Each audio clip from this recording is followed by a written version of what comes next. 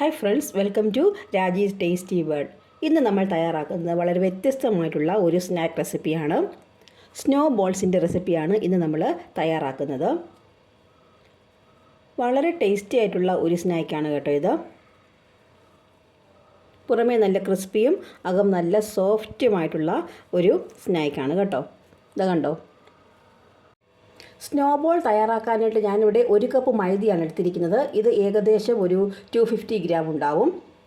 ഇതിലേക്ക് ഞാനിവിടെ 2 table spoon milk പൗഡറും കൂടെ ആഡ് ചെയ്യുന്നുണ്ട്.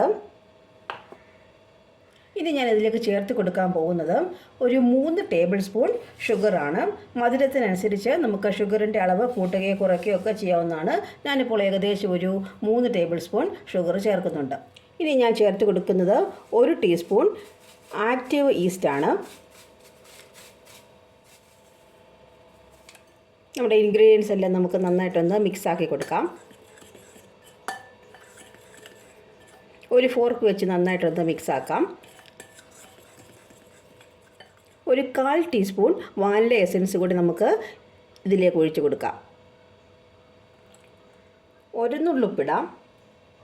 ഇനി ആവശ്യത്തിന് ഇളം ചൂടുവെള്ളം ചേർത്ത് നമുക്ക് ഒരു ചപ്പാത്തി മാവിൻ്റെയൊക്കെ ആ ഒരു കൺസിസ്റ്റൻസിയിൽ ഒന്ന് കുഴച്ചെടുക്കാം. നമ്മുടെ മാവൊക്കെ നന്നായിട്ട് തന്നെ കുഴച്ചെടുത്തിട്ടുണ്ട്. ഇനി ഒരല്പം നമുക്ക് ഓയിലൊന്ന് സ്പ്രെഡ് ചെയ്ത് കൊടുക്കാം.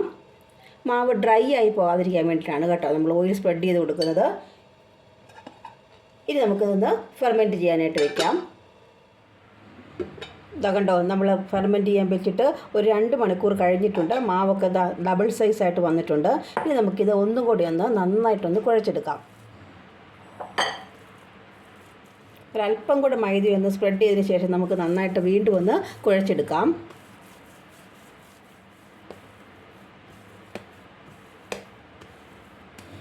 വീണ്ടും നമ്മുടെ ഡോയൊക്കെ നന്നായിട്ട് തന്നെ കുഴച്ചെടുത്തിട്ടുണ്ട് കണ്ടോ.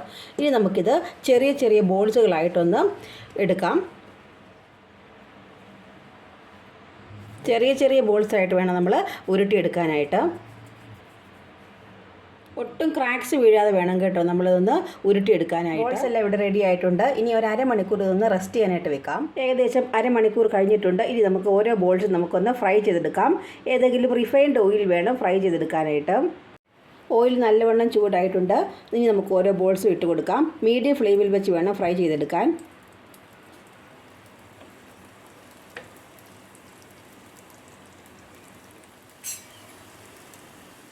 ഒരു വശം മൂത്ത് വന്നിട്ടുണ്ട്. ഇനി നമുക്കൊന്ന് മറിച്ചിട്ട് കൊടുക്കാം. മീഡിയം ഫ്ലെയിമിൽ വെച്ച് തന്നെയാണിത് കേട്ടോ ഫ്രൈ ചെയ്തെടുക്കുന്നത്. ഇനി നമുക്കിത് കോരി മാറ്റാം. അടുത്ത ബാച്ച് നമുക്ക് ഫ്രൈ ചെയ്തെടുക്കാം. ബോൾസ് മുഴുവൻ ഇവിടെ ഫ്രൈ ചെയ്തെടുത്തിട്ടുണ്ട്. ഇനി ഇത് നന്നായിട്ട് തണുത്തതിന് ശേഷം പൗഡേർഡ് ഷുഗറിലൊന്ന് കോട്ട് ചെയ്തെടുക്കേണ്ടതാണ്. ഞാനിവിടെ കുറച്ച് പൗഡേർഡ് ഷുഗർ എടുത്ത് വെച്ചിട്ടുണ്ട്. ഇനി നമുക്ക് തണുത്ത് ഇരിക്കുന്ന ഈ ബോൾസ് എല്ലാം ഇതിലേക്കൊന്ന് ഡിപ്പ് ചെയ്തെടുക്കാം.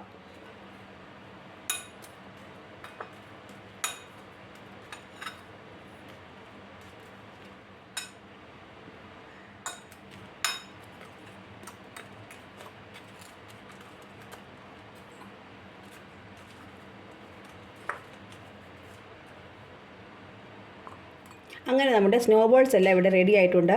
വളരെ ടേസ്റ്റി ആയിട്ടുള്ള ഒരു സ്നാക്സാണിത്. എല്ലാവരും ഒന്ന് ട്രൈ ചെയ്ത് നോക്കണം.